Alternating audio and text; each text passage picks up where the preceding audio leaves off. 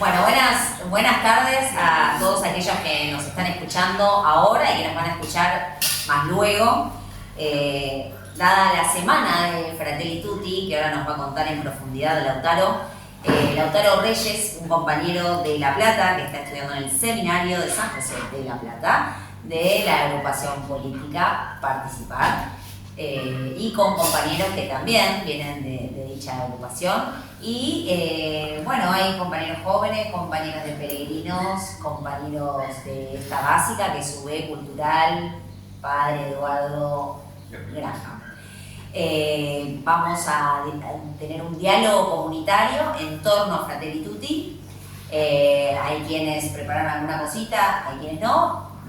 Quien nos va a moderar y coordinar y primero que nada hablarnos un poco sobre esto es Lautaro, así que desde ya muchísimas gracias. Bueno, y te cedo la palabra. Bueno, muchas gracias a ustedes por la invitación. En nombre de la organización Participar queremos agradecerles por esta invitación y que resulta también una continuación de una acción que tiende a, como diría la encíclica, fraternizarnos, ¿no? Así que de nuevo, gracias. Bueno, con respecto arrancamos con Fratelli Tutti nomás, entonces, bien. Fratelli Tutti es una encíclica muy importante, sobre todo para nuestros tiempos, que forma parte de tres encíclicas, por así decirlo, que conforman el pensamiento de Francisco, que son Evangelii Gaudium, Laudato Si y Fratelli Tutti, ¿no? Como la culminación. Que, sí, te acepto el mate, que abarcan distintas problemáticas, pero sobre todo lo fundamental para Francisco es la problemática socioecológica, ¿no? Cuando nosotros a veces tenemos que ponernos a pensar en el tema ecológico, parecería ser que es una cuestión de la agenda globalista, ¿no? Pero en realidad el problema ecológico, y esto ya incluso escrito por el propio Perón, tanto en el modelo argentino y en distintos discursos, es una problemática bastante seria e importante a la que nosotros tenemos que atender. Nosotros como peronistas también tenemos un deber en leer y en escuchar y aprender sobre este tipo de encíclicas, dado que es un mandato incluso del propio Perón, ¿no? En el modelo argentino, casi en el final, donde habla del sector de la Iglesia, él dice que las encíclicas, las cartas apostólicas, los distintos escritos que salen del Vaticano son una guía para nosotros, sobre todo para entender la coyuntura y los tiempos que de alguna manera corren, ¿no? Y Fratelli Tutti en este sentido es muy importante. Y tiene una doble importancia, porque aparte es de un papa argentino, ¿no? Entonces tiene ese doble mérito, por así decirlo, para nosotros. Esta encíclica Fratelli Tutti, que es la última encíclica de Francisco, viene a acercarse un poco más a la parte social, ¿no? Que ya Laudato Si era un poco más volcado en lo ecológico y Fratelli Tutti ya más a lo social, ¿no? Y está muy influenciada por la figura de San Francisco de Asís, pero sobre todo por su accionar. Sobre su accionar en la empresa que él ejerce, digamos, salirse en la Quinta Cruzada y a encontrarse incluso con el sultán de Egipto, ¿no? Que era una especie de encuentro impensado por la guerra que se estaba viviendo en ese momento. Sin embargo, Francisco de Asís tiene la grandeza de acercarse incluso a los pueblos musulmanes para evangelizarlos, pero a partir del testimonio, no tanto de la confrontación y de la palabra, sino a partir de dar imagen de uno, de su propia fe, a partir de su humildad, que es lo que incluso el sultán le reconoce a San Francisco de Asís cuando lo conoce, ¿no? Y bueno, con respecto al diagnóstico que empieza a dar Francisco con respecto a lo social, si bien arranca hablando de la globalización, y hoy quizás hablar de globalización es un tema que queda un poco en el olvido porque estamos transitando ya otro esquema internacional que parece alejarse de esa idea de globalización, ya se ha hablado tanto de globalización. Sin embargo, los desastres que ha hecho socialmente la globalización siguen vigentes, ¿no? Y entre eso una de las cosas que más remarca es el tema del debilitamiento de los lazos comunitarios. cuando, bueno, de hecho él cita a Benedicto XVI una frase de una de sus cartas que dice: la globalización nos ha hecho más cercanos, pero no más hermanos, dice, ¿no? Esta frase, que viene a resumir un poco el individualismo que se fue gestando a partir de ya incluso antes de la propia globalización, es la denuncia que hace Francisco en este preámbulo, en este diagnóstico que él está haciendo. Sobre todo también piensa la idea de la pérdida del bien común. A mí la idea del bien común me parece importante que nos detengamos en la idea del bien común, porque la idea del bien común, sobre todo a la hora que quizás puede llegar a estar entendida con respecto al bien material, es decir, a erradicar la pobreza, y si bien eso es parte, es mucho más abarcativa la idea del bien común y mucho más trascendente, ¿no? Y el bien común es otra cosa que el bien que corresponde al humano por ser humano, ¿no? ¿Y cuáles son esos bienes? Y bueno, el ser justo, el ser prudente, es decir, bienes que es bien para vos, para mí, para cualquier ser humano, ¿no? Obviamente, para tener la idea de bien común hay que tener la idea de naturaleza humana, es decir, todas estas ideologías de alguna manera que no tienen la concepción de la naturaleza humana, sino que piensan en el humano más como un constructo, no pueden tener la noción de bien común. Bueno, o sea, la noción de bien común de alguna manera es una noción clásica, ¿no? del pensamiento, que viene a poner en valor las virtudes. Por eso decíamos el ser justo, el ser prudente, son virtudes que tienen su desarrollo en la política. El bien común es la finalidad de la política para nosotros los peronistas. Y ese bien común se logra a partir de las instituciones civiles, que son las que de alguna manera nos ayudan a desarrollarnos en esa virtud. Y esa idea se pierde, por lo menos teológicamente, con la venida del protestantismo, ¿no? con Lutero. Cuando él teológicamente dice que la naturaleza humana está completamente corrompida por el pecado y que ya no tiene salvación eso. Ni siquiera en el sacramento de la confesión que tenemos nosotros los católicos se renueva esa naturaleza, sino que por más que nosotros nos confesemos y pidamos perdón, nuestra naturaleza está completamente contaminada por el pecado, tal cual, ¿no? Y a partir de ello no tiene ningún sentido practicar la virtud. Por eso ellos piensan que nos salvamos por gracia, y nosotros nos salvamos por gracia y por obras también. Y también a partir de ahí tenemos la figura de los santos. Los santos son los ejemplos, de alguna manera, de virtud en el mundo que nos acercan más a Dios. Ellos no tienen la figura de los santos, ¿no?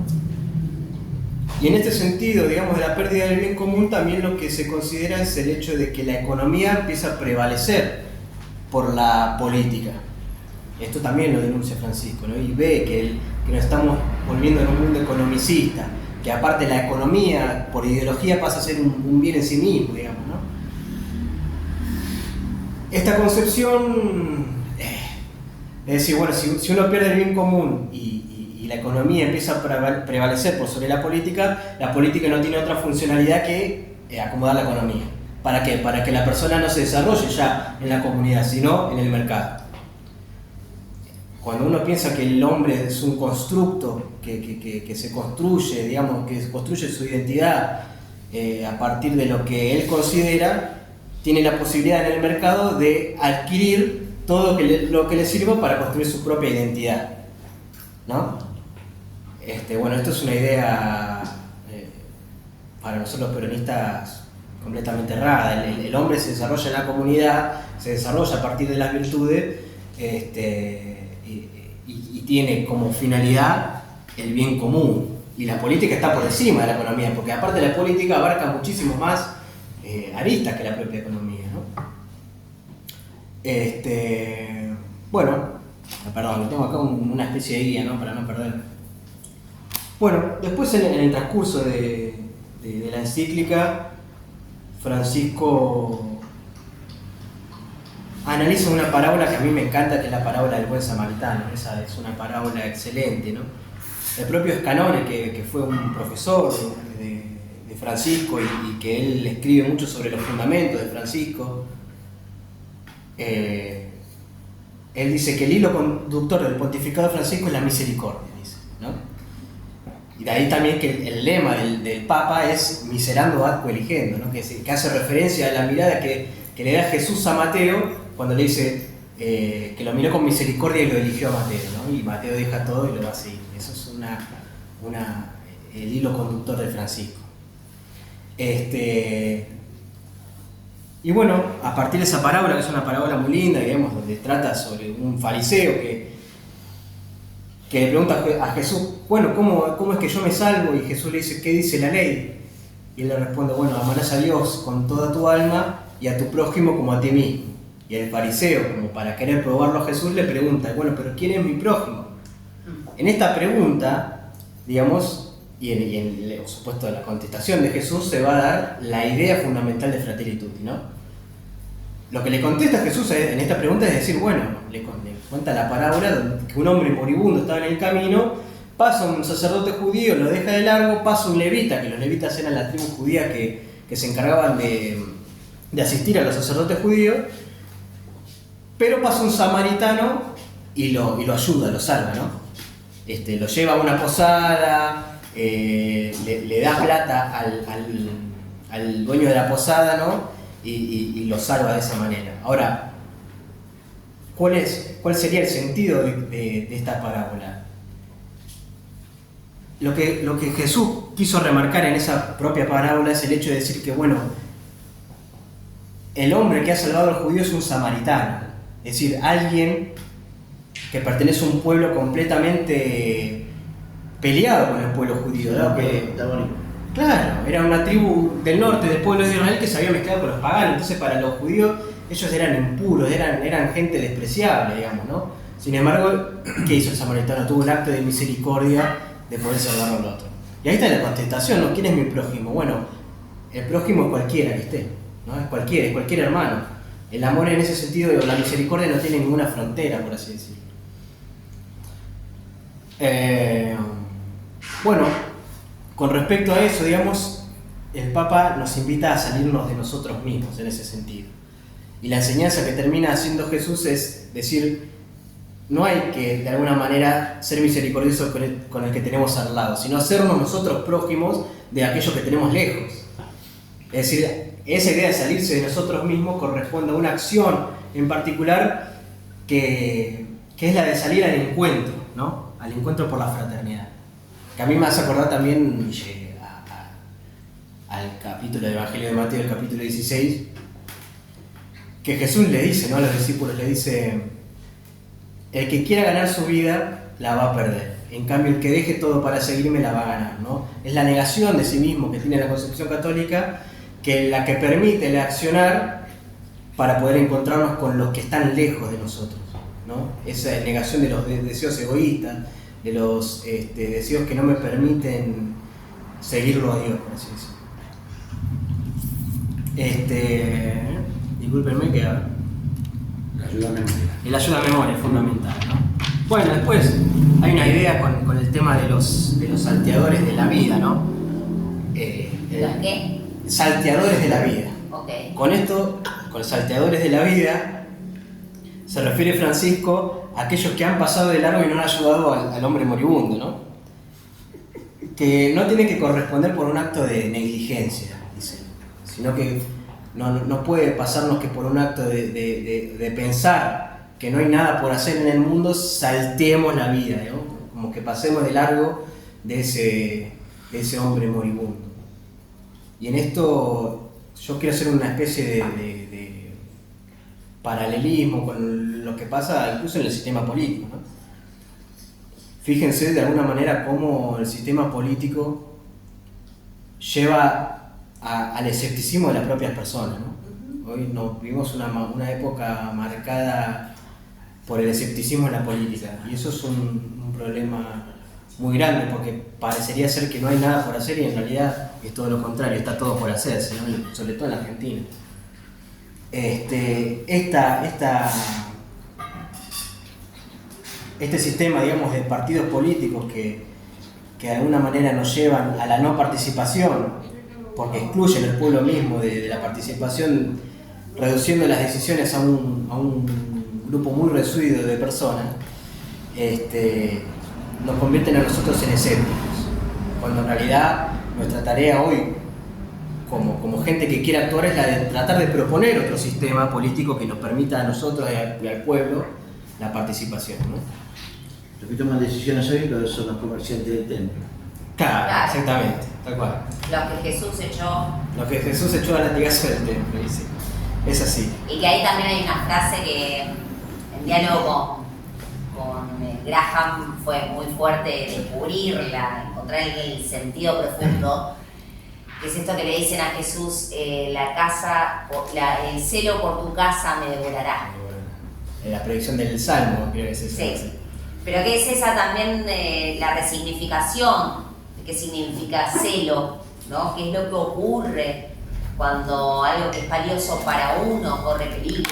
Claro. Es muy importante reflexionar eso en el accionar político, ¿no? Ni hablar, ni hablar. Bueno, sí, ahí también hay un sentido teológico en el de decir,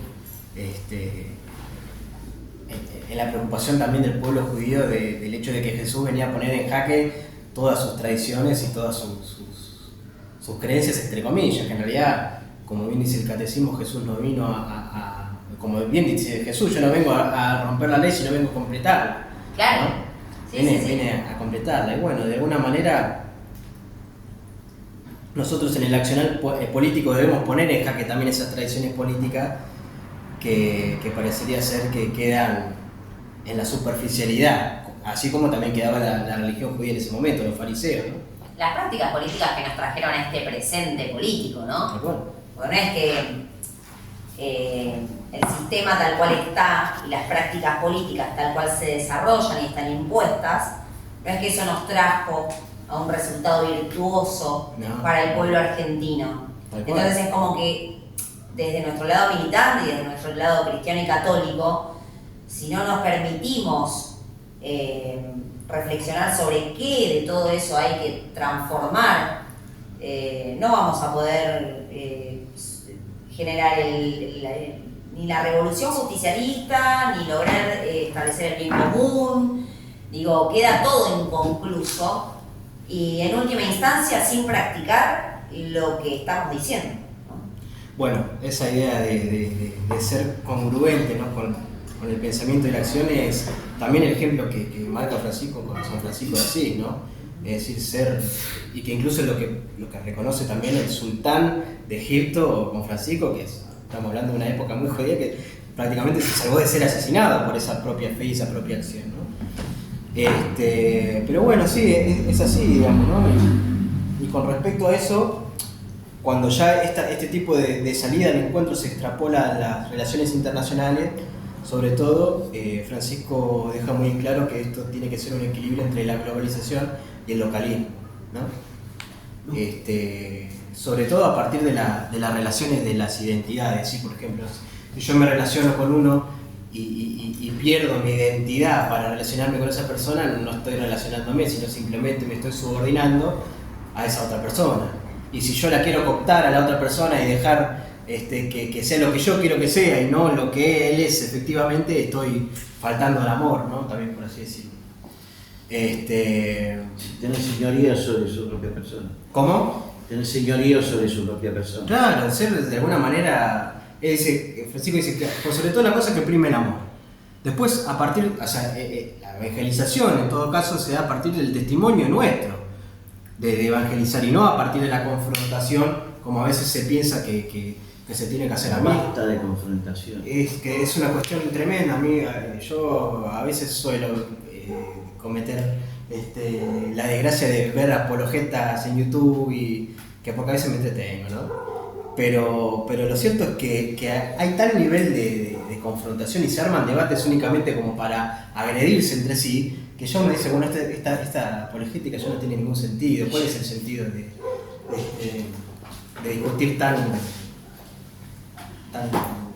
qué sé yo, lastimosamente, ¿no? Sí, mucho Y aparte son discusiones o debates que no es que justamente cuestionan cómo funciona el sistema o cómo funcionan las prácticas políticas y que en base a eso, si hiciéramos esto otro.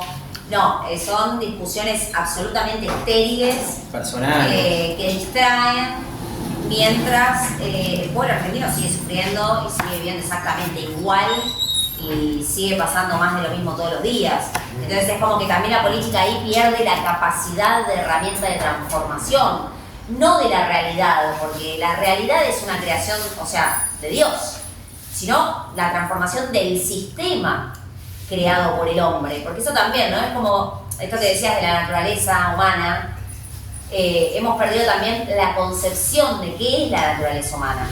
O entonces creemos que el sistema es la naturaleza humana, y no, el sistema es algo creado por el hombre, que se puede transformar. Entonces, así como se transforma la persona humana en una cosa, en una plastilina o en un objeto, también se hace todo lo que lo rodea, ¿no? Y es loco porque tal vez se vuelve plastilina la persona, pero no se vuelve plastilina el sistema. No. Esa es exactamente la idea. Bueno, hay un pensador que se llama Moisés Ostrogorsky, que es un pensador bielorruso del 1900 más o menos, que justamente plantea que el problema de los partidos políticos son partidos rígidos.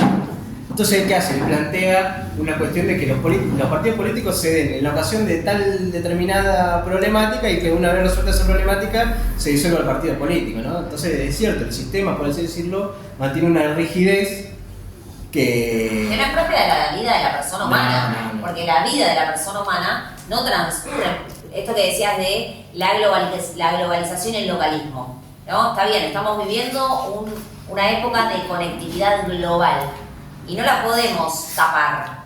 El punto es para qué usamos esa conectividad, cómo fortalecemos ¿qué es esto también que planteaba el Papa y que se basó un poco también en Romano Guardini? Que es la globalización y el localismo, ¿no? Es ese Y que también hablamos con Graham, que hoy en día nos plantea muy esto o lo otro, y que la naturaleza humana no es esto o lo otro, es esto y lo otro. Sí, bueno, es salir al encuentro teniendo una identidad sólida, ¿no? Que permita no dejarse subsumir frente al otro, pero que tampoco lo apabulla al otro, por así decirlo, ¿no? Hablando en términos técnicos. Sí, lo anula, Lo anula, claro. o lo inhibe. No, y porque la cultura de alguna manera también sigue su transcurso histórico y en el encuentro de los pueblos. Bueno, ahora vamos a ver también un poco la concepción de la teología del pueblo de Francisco, que es una teología argentina que ha influido mucho no solo en el pensamiento del Papa Francisco, sino incluso también en Pablo VI, ¿no? Pero, es decir, a lo que iba es que el encuentro, digamos, con el otro, con el encuentro de poblaciones, emerge una síntesis siempre superadora, que es lo mismo que el encuentro entre dos individuos de alguna manera. Siempre hay una síntesis superadora en el nosotros y no solamente en el yo. Eso es casi de hecho. Y lo mismo pasa en las relaciones con los pueblos. No hay una síntesis superadora en un solo pueblo, sino que hay una confluencia de culturas que pueden aportar hacia el bien común en todos los pueblos, por así decirlo, ¿no? Y esa es también un poco la idea de Francisco. Bueno, ya que estamos hablando de política, me meto un poco en el tema de la política, ¿no? De Francisco, que para él dice, él es la forma de caridad más terminada, más perfecta, ¿no? Es decir, aquellos que hacemos política nos sumergimos en una actividad caritativa, por así decirlo. Excepto aquellos que obviamente persiguen su bien propio, ¿no? Ahí los que utilizan la política para el bien propio es un problema.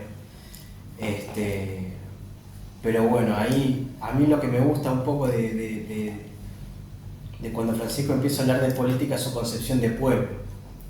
La concepción del pueblo de Francisco, él primero la expresa en Evangelii Gaudium, ¿no? Y parecería ser como que quiere decir que el pueblo es un ser místico, y esto en Europa obviamente no entendía nadie qué quiere decir con místico, ¿no?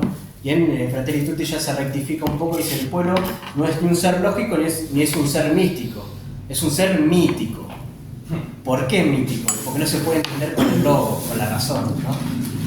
¿Qué hace, digamos, que yo sienta que pertenezco a un pueblo? ¿Qué sé yo? Es una concepción muy argentina esa. Y tal cual. Es la discusión que está con Estados Unidos. Estados Unidos puede poner aranceles porque tiene 14 portaaviones, pero no era que era ilógico, no era que nunca iba a funcionar. A mí me encanta porque escuchás dentro de Estados Unidos, hay un movimiento que ya estaba creado, que se está medio cooptando con esto de Trump, que es el hecho de toda esa gente que vio en la desolación del globalismo, que perdían su trabajo, que todo su trabajo se estaba yendo a China, que no solamente les pasaba a nosotros, a los yanquis les pasaba lo mismo. Claro. Todas las aldeas fábricas del mundo era Vietnam, China, Laos, que se estaban desarrollando a costa de que el yanqui no laburara, o fuera solamente servicios. Dejó de existir el obrero, dejó de existir la persona con buen salario. Bueno, y todo ese pueblo profundamente cristiano y de laburantes tenía una identidad que estaba acostada. Venían los inteligentes de Harvard a decirle: no, está bien que vos no tengas laburo, está bien que vos labures de servicio y no puedas ir a una fábrica, porque es el óptimo que lo hagan en China. Vos compra el iPhone. Claro. Bueno, y ahí ese pueblo que no encontró respuesta hasta ahora está comenzando a ver respuestas. Yo vi un yanqui que él era trabajador de bancos, él era bancario, y ante la desesperación de no poder ayudar a la gente, porque él pensó que siendo bancario iba a poder ayudar a la gente, porque era lo que él había entendido de la economía, que siendo bancario iba a poder dar préstamos para que la gente tuviese la casa, se desarrollara, pudiese ir a la facultad. Cuando se dio cuenta que no era eso ser bancario, cuando era todo un negocio, cuando lo que él le pedía es que hiciera cuotas de tarjetas de crédito, y se dio cuenta de que no era lo que él quería, ser un tipo manager de un banco importante, él dice, y se dedicó a YouTube, y él habla mucho sobre el mercado de trabajo yanqui. Hoy hizo un video que está fascinante, que parece que está hablando Moreno, y le está comenzando a decir: chicos, ustedes tienen que entender que todos los economistas que le dicen, que todos le dicen que los aranceles son malos, es porque quieren que tu trabajo se vaya a China.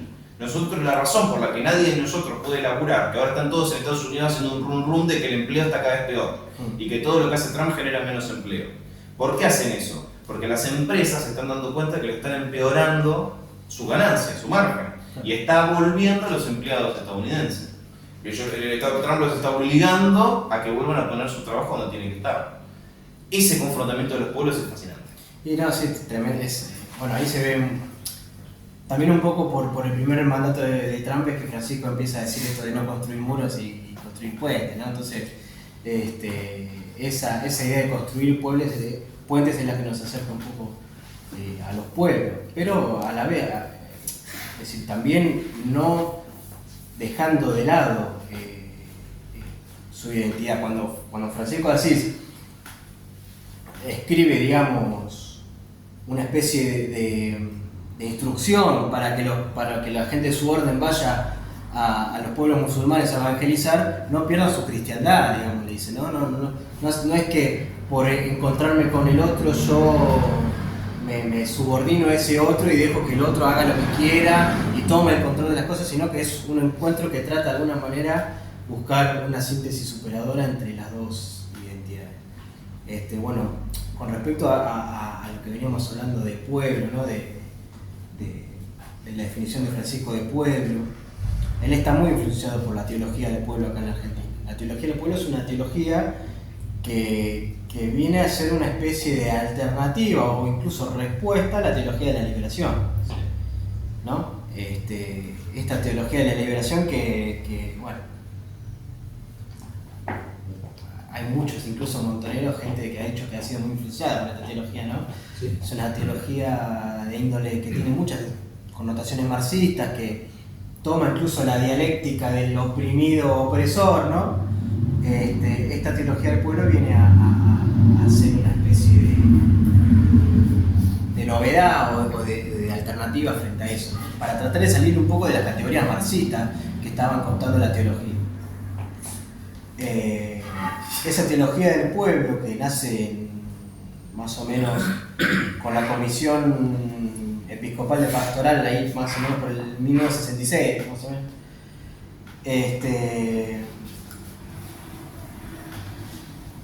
empieza de alguna manera, porque el tema es que Hispanoamérica en ese momento era un foco muy importante para la iglesia, ¿no? Entonces, frente a supuesta la teología de la liberación, más la guerrilla, más la pobreza incluso que estaba estructurándose en la Hispanoamérica, sale esta teología del pueblo inmediatamente después del Concilio Vaticano II, digamos, ahí. Y esta teología del pueblo tiene la concepción de alguna manera que el pueblo es de depósito del Evangelio. Es decir, en el pueblo nosotros encontramos chispas de Evangelio, por así decirlo, ¿no? La caridad, la ayuda por el otro, ¿no? Qué sé yo, distintas acepciones que hacen que el pueblo sea un depósito del Evangelio. Por eso, y una de las críticas quizás más injustas que se le hace a la teología del pueblo es que parecería ser que el pueblo hace todo bien. Y en ese sentido no quiere decir que el pueblo haga todo bien. De hecho, Francisco dice, al no ser una categoría mística no significa que el pueblo haga todo bien, pero sí podemos encontrar cosas donde el evangelio se pueda mantener, digamos, ¿no? También trayendo la idea del sensu fidei. La idea del sensu fidei es esa capacidad que tiene el pueblo de ver cuando el cura hace algo mal, digamos, ¿no? Y pone en juego su propia fe. Bueno, otra de las concepciones que empieza a tener es la propia de la sabiduría popular, ¿no? Es decir, Francisco está completamente influenciado por esta teología. Espectacular. Toma tu mate. Tomó un respiro. ¿Cómo es? Ahora León XIV sacó una encíclica. Sacó una encíclica. Y ahí hace referencia a una frase de San Juan Pablo II. Él dice, no es que hay que buscar a Dios en el pueblo, sino que Dios está en el pueblo. Claro, bueno, mirá, tal cual. Bueno, sigue de alguna manera incluso esa línea. Por ejemplo, el tema de la piedad popular, ¿no? De la piedad inculturada. Nosotros, está bien, a ver, Francisco habla pensando quizás en el pueblo hispanoamericano, porque es un pueblo que ha sido evangelizado de alguna manera, ¿no? Y quizás eso no se encuentra, esa piedad inculturada en todos los pueblos que no ha sido. Sobre todo el nuestro. Sobre todo el nuestro fue evangelizado, no fue conquistado. No, eso de la conquista argentina es mentira. Sí, no, fue. No sé que desmentirlo de plano porque nosotros fuimos evangelizados. Tal cual. Desde los concilios de Lima salió la orden de acá no entraba la espada, entraba solo la evangelización. Luego, bueno, tuvieron que venir a defenderlos, se los comían, a los pobres frailes se los comían, pero Sí. bueno, fue por eso que tuvieron que venir a defenderlos. Claro. La historia argentina. Como dice Alberto Abuela, el peronismo tiene idea fuerza. Tiene ideas que se plasman en el pueblo de alguna manera y mantienen ese legado. Pero a su vez también Perón dijo que esa doctrina está viva y que corresponde también a las generaciones que siguen ir no adecuándola, sino perfeccionándola, pero en torno a la verdad y no a la coyuntura como parecería ser que se quiere deformar el peronismo ahora, ¿no? Ahora dice, bueno, no hay que acomodar el peronismo en la coyuntura, no, hay valores trascendentes y esa adecuación que nosotros hacemos es en torno a esos valores trascendentes, en la medida que vamos descubriendo la verdad, pero no a partir de una identidad relativa a la coyuntura, digamos, ¿no? Sino que a partir de una identidad trascendente. Bueno, Es lo que hace Francisco. y bueno, Francisco de alguna manera quiere establecer, digamos, un lazo entre los humanos que pueda prevalecer en el mundo, ¿no? Bueno, en ese sentido también Francisco, en un encuentro hacia los movimientos sociales, relacionando un poco también a lo que veníamos hablando con respecto a la política, ¿no? Le dice a los movimientos sociales que de alguna manera ellos no se queden en lo social, sino que se dispongan a hacer política, ¿no? Pero desentendida del sistema partidocrático, sino que a partir de tratar de formar una democracia verdaderamente representativa y que es representativa por la participación. Eso fue el encuentro de la juventud, ¿no? Uno de los primeros que hizo. Mira, no sé si fue el encuentro de la juventud o el encuentro del movimiento social, ya te digo. No, de la juventud fue, porque en Brasil, En Río de Janeiro, sí. si estuviera acá este muchacho ¿cómo se llamaba? Claudio, él sabría decirte bien la fecha porque los acá fuimos a... Mira, este caso fue con el encuentro de movimientos populares, dice, pero porque en realidad lo que hace es justamente dirigirse a esos movimientos para decirle que de alguna manera empiecen a tomar acción ellos, es decir, a participar de otra manera, porque la política también los deja de lado, ¿no? Así que ese llamado de Francisco quizás me parece incluso hasta el más importante de todo, ¿no? A tomar acción política a partir de desentenderse del sistema mismo que no te permite participar. nosotros que estamos acá, que somos distintas organizaciones del pueblo, por así decirlo, este encuentro, como fue también el de La Plata, como van a ser también distintos encuentros que son a futuro, es el comienzo también de una gestación que se da a partir de esta necesidad de encontrar nuevas estructuras que permitan la participación del pueblo. Y que ya no sean los partidos políticos los que tengan el monopolio de la representación, como decía Perón, sino que de alguna manera organizaciones libres del pueblo. que sean las organizaciones libres del pueblo. Ahí es donde nosotros tenemos que ir y donde la política parecería ser que se desentiende de ese tema. Lo que muchos, sobre todo, lo que yo con mi lengua decir que hay una casta política, ¿no? Es decir, la casta política que hoy también se dice peronista, no le conviene de alguna manera que eso que se disuelvan los partidos políticos y que se vayan las organizaciones libres del pueblo, porque ahí pierden todo su constructo. Es que no tienen en cuenta, son usados. La Exactamente. militancia se basa en la utilización de la persona humana. Es lamentable, pero eso es así. Por eso la necesidad de la participación. En la participación uno participa justamente porque se siente parte, porque pertenece, porque es reconocido por sus compañeros, porque tiene algo para dar, porque tiene una identidad que suma, digamos, a la síntesis superadora que necesita el pueblo, ¿no? Me hablaba algo, no me acuerdo qué es lo que había hecho que me hizo acordar a esa frase, o esa actitud que tuvo Juan 23, que cuando lo elige Papa abre la ventana y dice "Ay, tiene que traer fresco", ¿no? Hoy dar la vida por una causa es una cosa impensada para nosotros, incluso con la metodología de crianza, en cuanto a ideología me refiero, dudo de que seamos capaces, por más que tengamos a veces la intención de hacerlo, ¿no? Porque requiere un acto tan grande el de morir por algo, que incluso es inimaginable. Requiere una fuerza de fe y de voluntad que ojalá yo lo pudiera hacer, ojalá. Pero bueno, la figura del mártir es una figura mucho que nos recuerda un poco de alguna manera a tratar de ser coherente con nuestra fe, de vivirla tanto que nos lleve incluso a morir por ella, porque lo que está detrás de esa muerte es el amor. ¿No? Hoy parecería ser que el amor se desvanece así cuando viene algún problema, y el amor es quizás el acto más grande que tiene el humano, ¿no? Gracias de Dios, por supuesto.